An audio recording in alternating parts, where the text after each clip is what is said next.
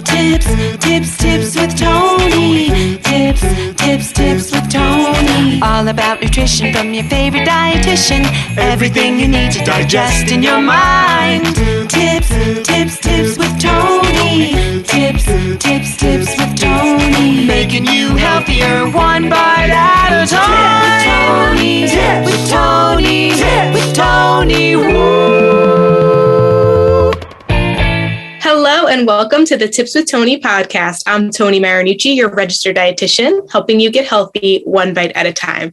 I am beyond excited for you guys to listen to this very next guest. I've actually been a fan of hers for a while. I didn't even make the connection until I had actually had the pleasure of being on her podcast, Body Freedom Radio, which you definitely want to go check that out. It's an incredible podcast. And then I realized, oh my God, I'm talking to someone that I looked up to when I was younger because I was a dancer and I loved dance, but I just never went that route. And I was obsessed with So You Think You Could Dance. And Ashleigh Dilello was actually a participant on the show back in what year was that? When were you So You Think You Could Dance? 2009.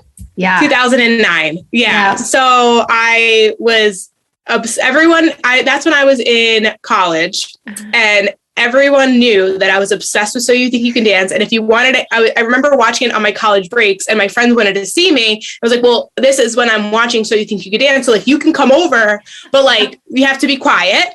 And we're not talking, we'll only talk on commercials. Back then there was commercials, there was no recording. Right. This is what we're doing. So yeah, we can hang out, but I'm watching So You Think You Can Dance. Oh, I love that. Yeah. So I am so excited, but Ashleigh, that was many years ago. And now, your life has completely transformed and lots of stuff changed from then. And I know it's helped you to become and do what you do now today. So as I hog your introduction, I would love for you to just share a little bit about yourself, who you are, what you do, and most importantly, why you do what you do. Yeah, absolutely. So I'm going to quickly surmise 25 years. So prior to So You Think You Can Dance, I went through my first life-altering experience. And at 13, I came down with a rare viral infection. Nobody could diagnose or treat. So it was clear I was dying. I went to all the top hospitals and specialists. I was tested for everything you could think of, but nobody knew how to help me. So that was a really hard place to be. And literally I was sent home to die. They told me I'd make medical history books.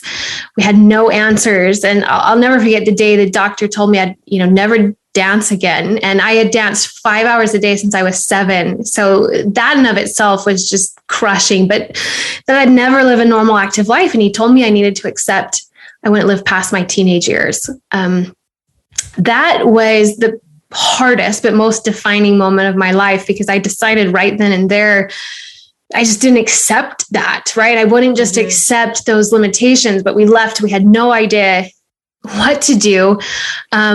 But I knew I was in the fight of my life. And why that matters is to what I do today, because everything I do today is a process based in neuroscience, and it's all the brain and the mind-body connection. And I had no idea, but when I was going through my illness as a teenager, that's when I, of course, really started to understand how intricately connected the mind and body are, because there was a time frame. I was so sick. I was afraid to go to sleep at night because I really thought if I surrendered that conscious control over my body, it just wouldn't make it. It was so sick.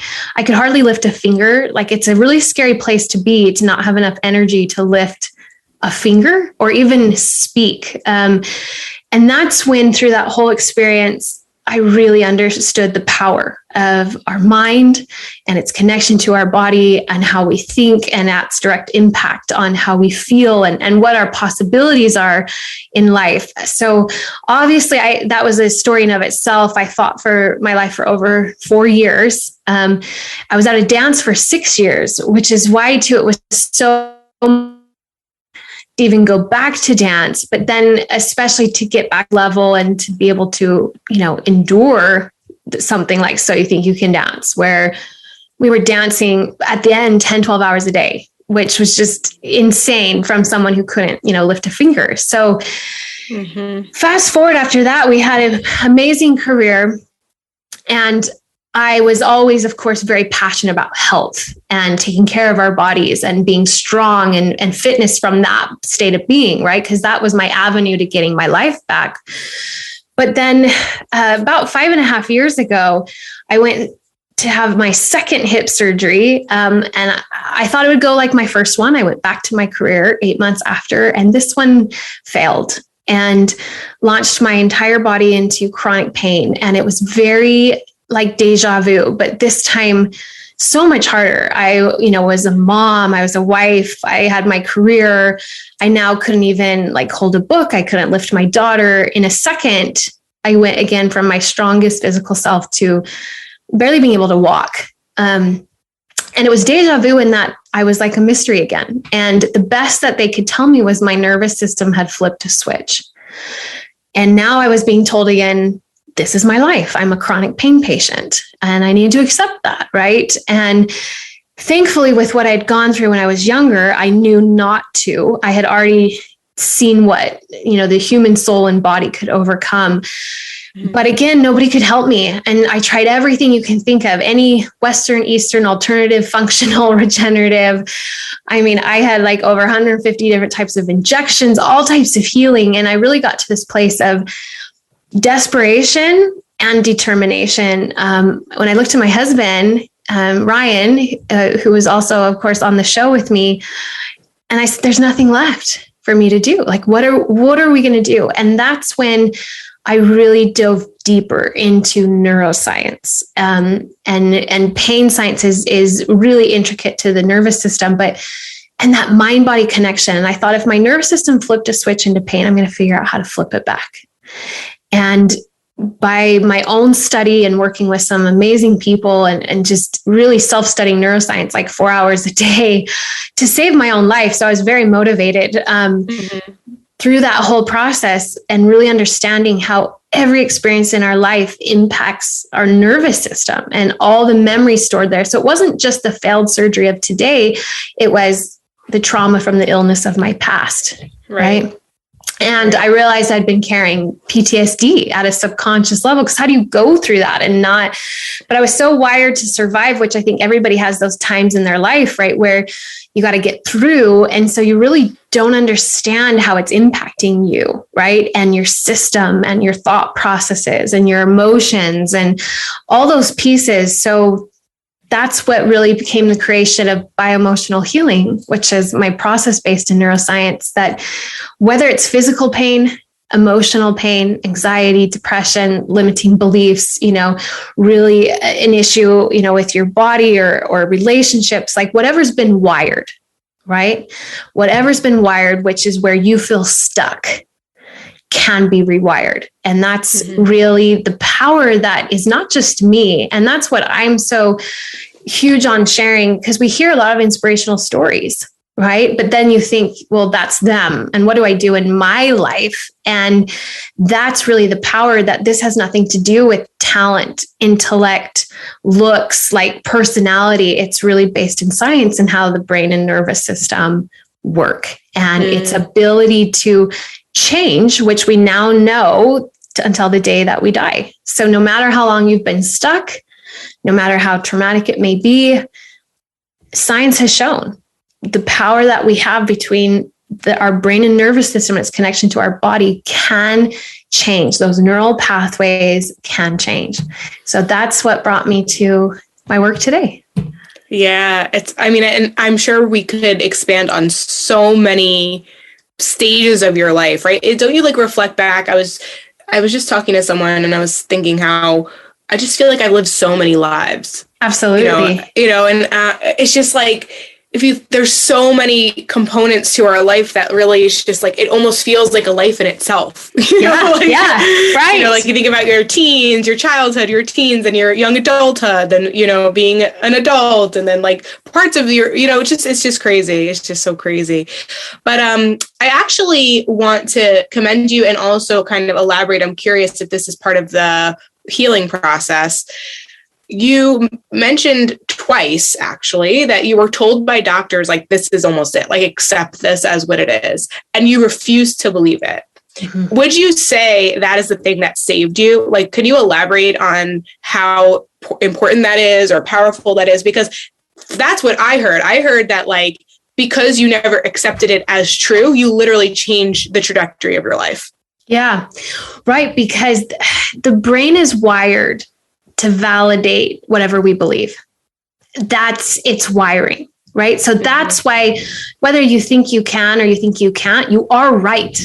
It doesn't matter, and that's, I always say too, like, impossible is an opinion. It's not a fact, because how many times in history has impossible been proven to actually be possible, right? But it had to have a shift in a belief system around it, right? Even if you think about an airplane, when airplanes first came to be, they gave everybody barf bags and told them, you will probably need this, right? It was an unfamiliar experience. And so the collective belief was, well, we've never experienced this, is going to make us sick. And people, like a large majority of people, would throw up. But then through time, it became this familiar thing. You didn't have to get sick. Some people did, but it wasn't very common. And it usually had to be really volatile, skies for that to happen. And so now we just believe you can go on a plane without any issues. And how many people actually use that barf bag, right? But it was a shift in belief systems. So absolutely, everything comes down to beliefs ultimately, right? How we think and how we behave is really rooted in our beliefs. And we all have thousands of beliefs. And to your question, the doctor actually sent in a psychologist to talk to me. I'm 13 years old. Right. And it's so kind of unfathomable now that I'm outside of it. But when I was in it, because and I get it. I was dying and nobody knew that better than me because I was living it and I could feel it and my system was shutting down and I lost a lot of my hair and my skin was, yellow from my liver shutting down. But the doctor brought in a psychologist because he said I was living in denial of what I needed to accept. And thankfully, I literally understood. And I remember looking at the psychologist and saying, listen, like I have a mountain ahead of me. Like, I don't even know how I'm going to get to the other side of it. Like I can feel how sick I am. Right. But what I know in my gut is if I accept I'm dying, then I have taken all chances of survival, right, off the table. Because obviously I understand from what is true to science today that whatever our brain believes, it literally directs everything towards, including our body, right? That's why the mind is so powerful. We can see that anxiety attacks are all rooted in a belief about what's happening in a moment. Even if it's not even happening, you can be safe in your room and you can start thinking about something and your body will literally have a physiological response as if it's actually happening, but nothing is happening, right? That's so we see evidence every day of how powerful that is, right? And because I chose to not accept it, then of course, my brain was now directed towards finding solutions. Right. And seeing through that lens, it's like when I also left, I realized I really had two choices. And this is the other thing that's so important about belief is I could really put all my energy and efforts into not dying or to later in my life, not feeling pain every day, or I could put all my energy and efforts into healing and living, right? The outcome is the same, like the desired outcome, but because of how I chose to believe and see the experience absolutely changed how my brain saw it and therefore how I felt through it and the actions I took through it. So absolutely, it comes down to that decision and that belief, and then everything stems from that, right? Yeah. So this is, I believe you. I think I'm an optimist at heart, and I hear and I see it, and I use that word on purpose. But I would love for you to speak to the people who hear you, but they don't see it. They don't feel it. They have that self-doubt. They have those negative thoughts. They have those limiting beliefs. How do you start to kind of help someone to break through from that? Yeah. Well, first I would take any of that shame, guilt off the table. The brain is wired for negativity because the brain cares most about our safety and our survival. And why that's important is everybody understands, of course, our brain cares about our physical safety, but the brain actually cares just as much about our emotional safety as it does our physical safety. And brain imaging has shown that nearly identical areas in the brain light up when someone's emotional health is as a threat as their physical health. So that's really important. And because the brain is wired for that safety and self-preservation, it naturally sees the world through a threat response, right? Because it wants to be able to see what could go wrong, what could hurt you, right? And anytime we have limiting beliefs, it is really rooted in that self-protection, right? Because anything that we want, we also could get hurt from, right? Our hopes could get up, we could fail, it could not work out. So if you understand that, then that takes some of that, why do I think this way, right? When other people might be, yes, some are more optimistic than others, but nobody is immune from having negative thoughts, right? But what's important in understanding that is if you've been a person who has practiced more having those negative thoughts and always focusing on what could go wrong or how it could not work out or how you could fail or how you could be judged, right? Then what's also true to neuroscience is those wires, those circuits get wired in a way that your default way of thinking does become through that negative lens. So it comes through practice, right? So if you're like, you have to start really paying attention and understanding, well, if I've thought that way over and over and over again, which again, remember, it's not just you, it's the brain, but we all have, yes, different personalities. But that doesn't mean I have to stay stuck there. But I have to first start to pay attention to my internal dialogue. Because it's so habitual, the way that we think and the way that we feel. We don't really question it. We don't pay attention to it. We just live in it, right? If we think about just the conversation that happens while we're getting ready in the morning, like most of us aren't really observing it. We're just in it. And we've had the same thoughts so many times. We don't step away and be like, oh my gosh, what is running through my head? No wonder I don't believe this for me. Look at what I just said to myself, right? Yeah. And I'm sure, your viewers, whether that's with their potential or their health or their weight, right? You've heard that conversation so much, you're not even almost aware of it. You're just in it. Right. Yeah. But yet, if we had somebody outside of us say those things to us, like they probably wouldn't be our friend.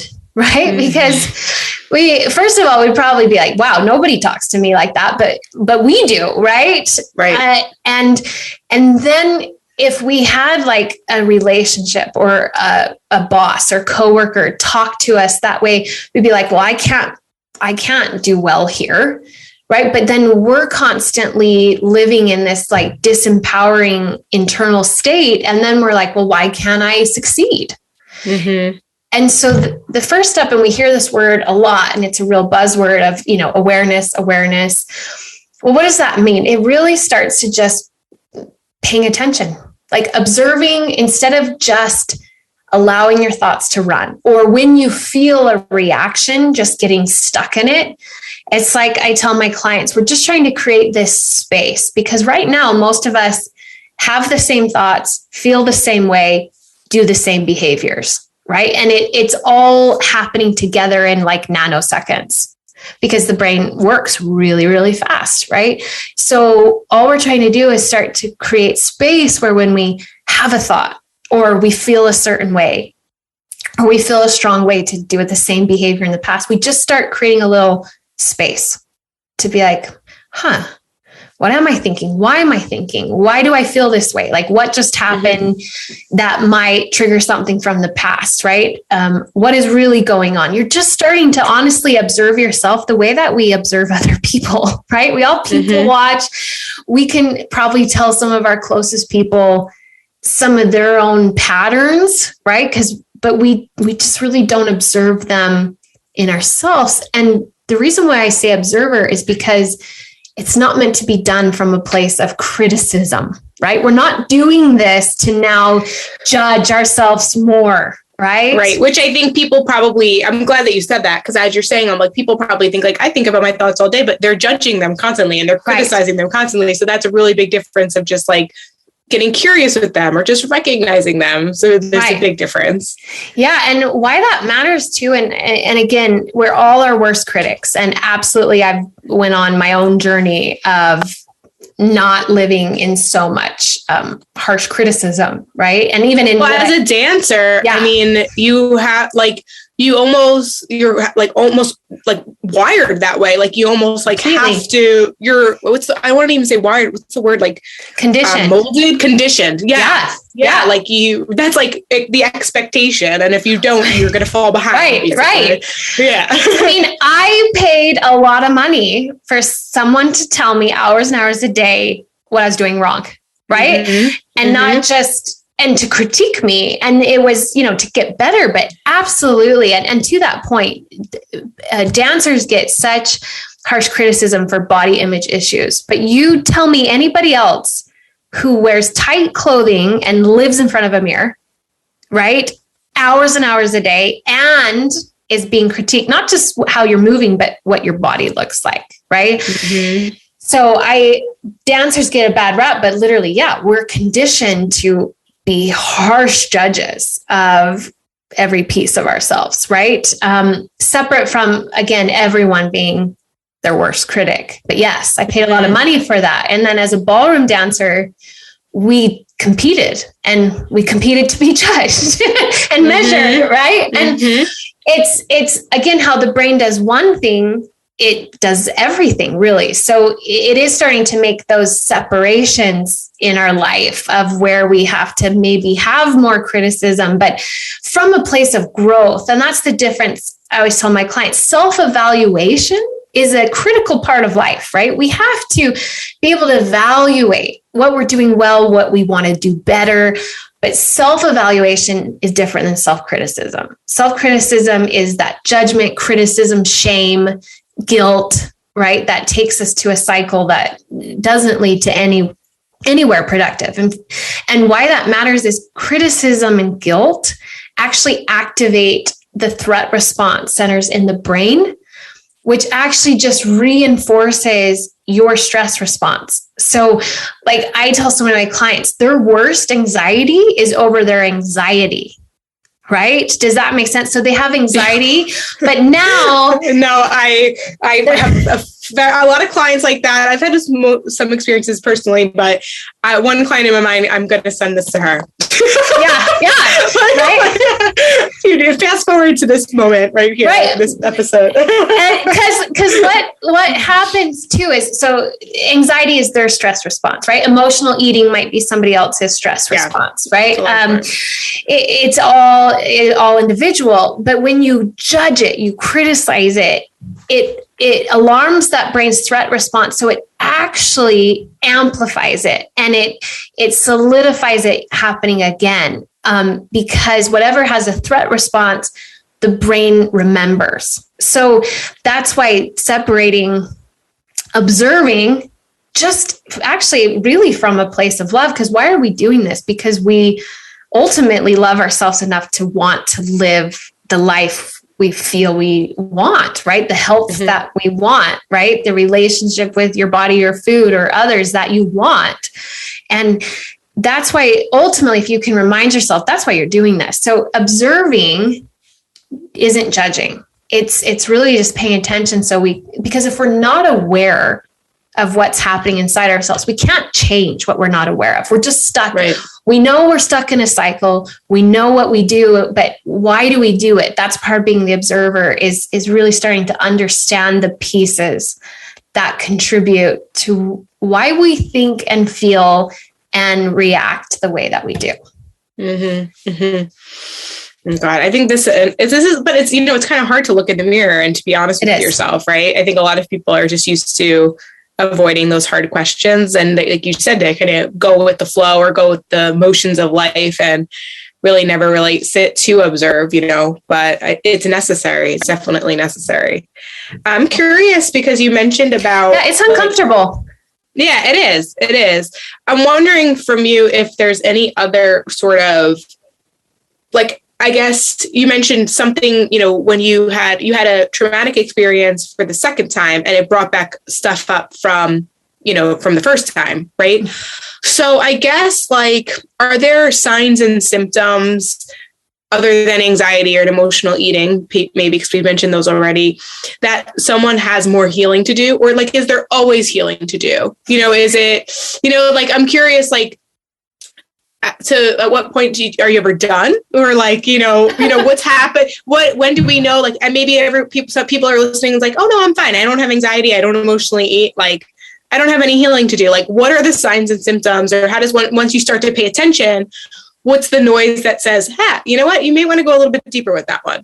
Right. So obviously, yes, we all have different levels based upon our life. And that's what's important. I mean, everything that happens in our life impacts us and is stored in the subconscious part of the brain. It's a data bank of everything. And obviously, if you've had more traumatic or more impactful experiences, that alters your nervous system even more. That's what contributes to our stress response. It's happening in the nervous system, right? Which is the brain and the nerves that connect to our body, right? And communicate. So signs, honestly, everybody, as far as healing, I don't think it's ever done because life continues to change. Like you said, different chapters, we all have new experiences that we're trying to encode and process in a way that empowers us, right? So we're all trying to live present so that, because what happens, most of us are always like a mirror of our past influencing our present, right? Or our fears of the future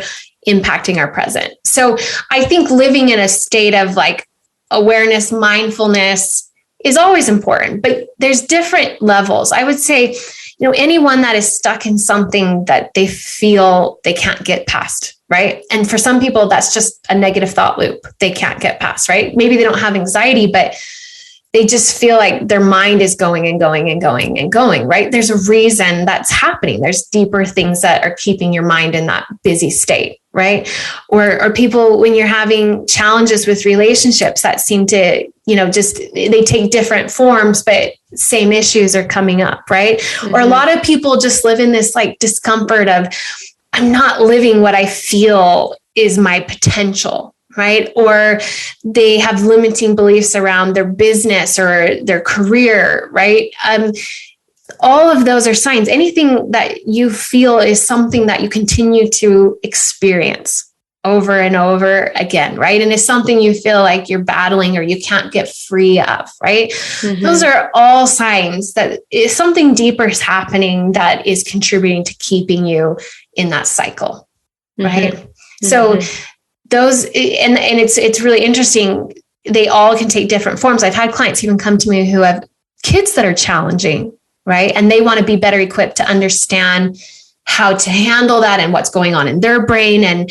But it's really interesting because as then they go through the process, they realize, oh my gosh, that's why I do this, right? And versus that we all have it like, this is who I am. This is how my family is, right? I'm this way because this happened. And really it's about deciding, no, we don't have to be any one way just because that's what we're familiar with. That's how our family is. Like, it's really about, how do I want to live? What do I want to believe? What are my possibilities and what are the blocks, right? That are keeping me. And again, I had a friend ask me that. She's like, I had a really good childhood, right? I really haven't ever had any, which is great for her, right? Really hard issues. She's got a great marriage. And she's like, so would I need to work with you? And I'm like, no. But the law of life is progression. So but if you as a person, we can always grow as a person, as a mother, as a wife, as a girlfriend, as a parent, as a coworker, whatever. And so I think, that's a necessary part of life and being able to be like, why do I always get irritated at that? Or why do I react that way? Like just being able to, again, evaluate ourselves. But no, I mean, so we all have things, but definitely it varies based upon, again, what your life has looked like, right? Yeah. Yeah. No, thank you for answering that. I just wanted people to know that you probably could benefit from this in any shape and form. Well, any shape or form. Yeah. I mean, I've had even entrepreneurs come to me. And just because, again, everything mirrors those internal beliefs. So your business will as well. And I know you can attest to that. Anyone who's an entrepreneur, man, you got to come face to face with your internal dialogue. That's saying every level is a new devil. It's literally every level is a new version, is a new encounter with your inner child. It's like a new traumatic reminder of your past. It's like, it's like if you want to keep growing, well, you're going to have to face these really uncomfortable things. Like this year, writing a book. Oh my God, how much that was like torture. Torture. Well, yeah. I mean, ultimately, but it's worth it on the other side. It's always worth it. So that's why, you keep doing it, because it's like then you get to a point where now it's like, I'm looking, what's my next thing to make me uncomfortable? Definitely. You almost are choosing on purpose to do something that stretches you, even though you're like, oh, I don't know about you, but I'm already like, I'm not going to love the work. I know I'm not going to love the work, and I could probably fix my mindset on that to make it easier. but I also like know that the outcome is going to be great. But actually, bringing that up, you just recently posted something kind of about like loving the journey and not waiting to be happy when. And I talk about this when it comes to like weight loss and relationships, but I think it doesn't hurt to like remind people. So could you maybe elaborate on kind of this idea of like trying to skip through the hard stuff to get to the end result? And why it's important to the brain and actually being able to get through it. Because like we just said, going back to my point, the brain cares most about your emotional and physical safety. Well, anytime you're going through growth, there's a lot of emotional threats, right? You're constantly coming up against discomfort, and therefore your beliefs about yourself and your potential and all of that can be uncomfortable. And the brain likes whatever's comfortable. So the brain will naturally run away from pain more than it will run towards pleasure, right? Because of that safety. So when we're talking about growth or a process and, losing weight or getting healthier or whatever it may be, so much is the pain of the process, right? And when you focus on that, you actually make it harder for yourself because the brain now has linked the process to pain, right? And so it wants to avoid that. And that's why it can be really hard. But you have to understand that it's not just like something we say and it makes sense, but literally you can make it harder for yourself if the process has been linked to, I hate this, I have to do this, this is so hard, I just want to get to the other side. The brain will disengage and not want to do it versus like, absolutely, we all understand. We want to get to the other side of it. But that's why it's so important to celebrate the progress along the way. Like what is good? Remind the brain of each piece of that and what's on the other side in a driven way, not in a, I can't wait till I get there way, because you want the brain to find pleasure through the experience. And yes, there's hard parts, but again, what we focus on, the brain focuses on, and that's why it's so important to reframe what it means, because that will actually help you succeed or lead you towards failure, because the brain is the command center of it all. And if you continue to reinforce that it's something you hate or dread or you don't want to do, the brain's like, I don't want to do this.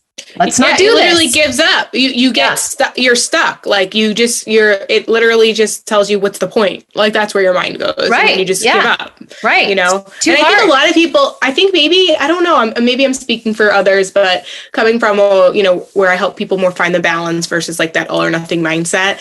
I think people come from a place where maybe at one point that like tough love of like, you're going to hate it, but you got to do it. 'Cause like, if it's hard, it's worth it and blah, blah, blah. Like it only works for a short while. And I think maybe people are just trying to like, they think maybe that's what's going to motivate them, but that does not last in the long run. That type of motivation really just hurts you more than helps you. Yeah. And again, absolutely. There's some mindsets of people like that might, you know, they might really be driven by that pain. And I have a friend who is a Marine, and we joke about how you almost have to have that to be a Marine, right? Because they go through hell. Yeah. Right? Yeah. But if you can understand the brain, then you can see why people are like, oh my gosh, that's why the brain so many times like, this isn't worth it. Is this really worth it? Like, because we've linked the process to so much hardship and pain, and we hate it. And you have to know, every time you say that, the more we say something, the more that starts to wire that in the brain. And that's why it's just really important to understand how we frame what we're doing. And yes, we can admit it's not all fun and joy, but where are we giving most of our focus to? Because the brain will either support you, or it will do everything it can to move you away from what you're trying to do. And I want its support, because we know how hard it is to try to go up against your brain. It ultimately will win, right? So the whole goal is to not fight it, but to work with it, right? And that's why I'm so passionate about also just really taking neuroscience and making it simple, because the more you understand how your brain works, the more you understand you and why things matter. Because it's one thing to say, well, yeah, think positive, but like, if you understand what that means in a neurological way and the chemicals it creates in the body, that's a lot more motivating.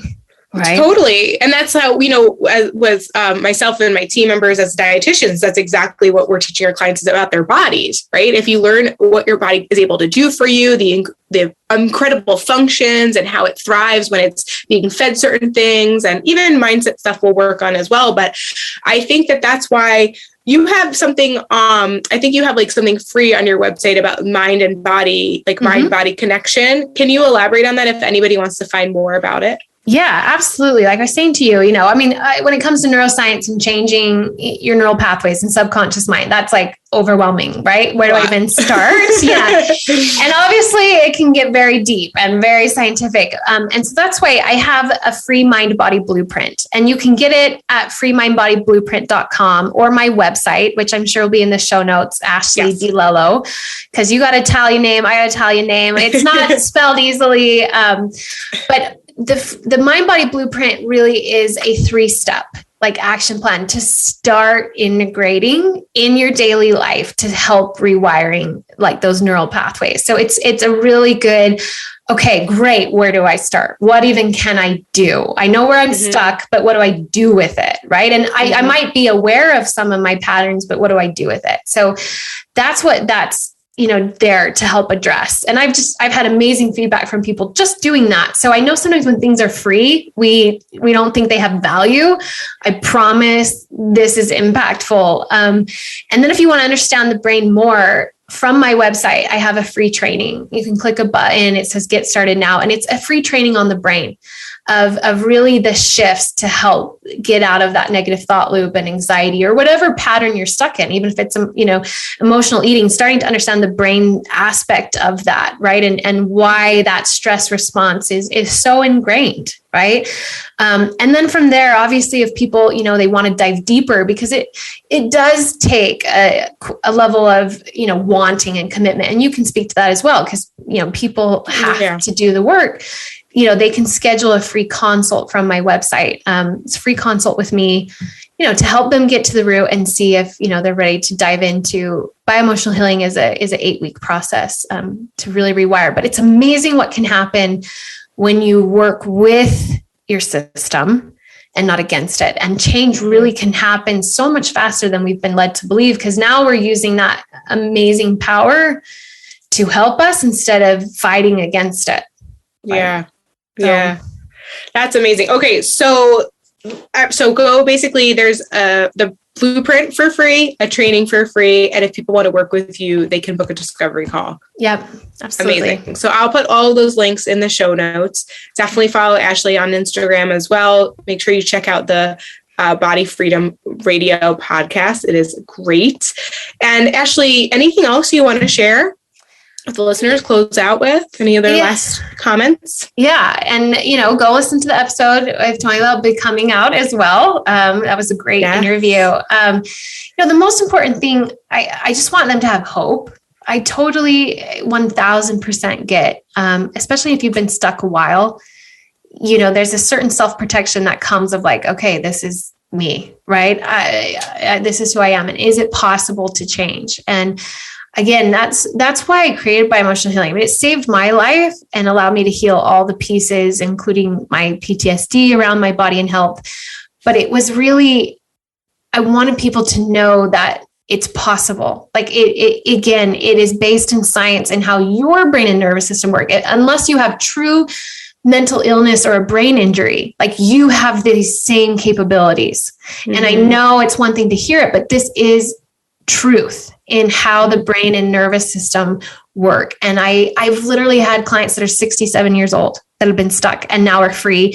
And of course you can't believe they thought they were too old. It had been stuck too long. And I just want people to fully understand, like, I am not the exception to defying the limits, and you are not the exception to not being able to defy the limits. And you absolutely do have the power within you. You just need, a process. And that's really, the same way you serve your clients. People have tried it on their own in so many ways. And you need help. You need a process. You need a plan. What's the step-by-step, right? And when it comes to really changing the brain and the things we're stuck in, that's what I do with my clients. And I just want people to not give up hope. And again, understand, go to that. Like you asked me to that question, do I believe it's possible or do I believe it's not? Because either way, that's going to be the truth of my experience. Yeah. Oh, so powerful. I'm excited. I'm going to go download that blueprint and watch the training for sure. I might even book a call. We're going to chat when we hop off. We hop off this recording. Absolutely. Yeah, this is amazing. Guys, make sure you're following Ashleigh. Thank you so much for listening. Ashleigh, again, thank you so much for being here. If you're not subscribed to the Tips with Tony podcast, definitely hit that subscribe button. A new episode comes out every Tuesday and Thursday. And when you're subscribed, you don't miss a beat. As always, this is Tony Marinucci, your registered dietitian, helping you get healthy one bite at a time.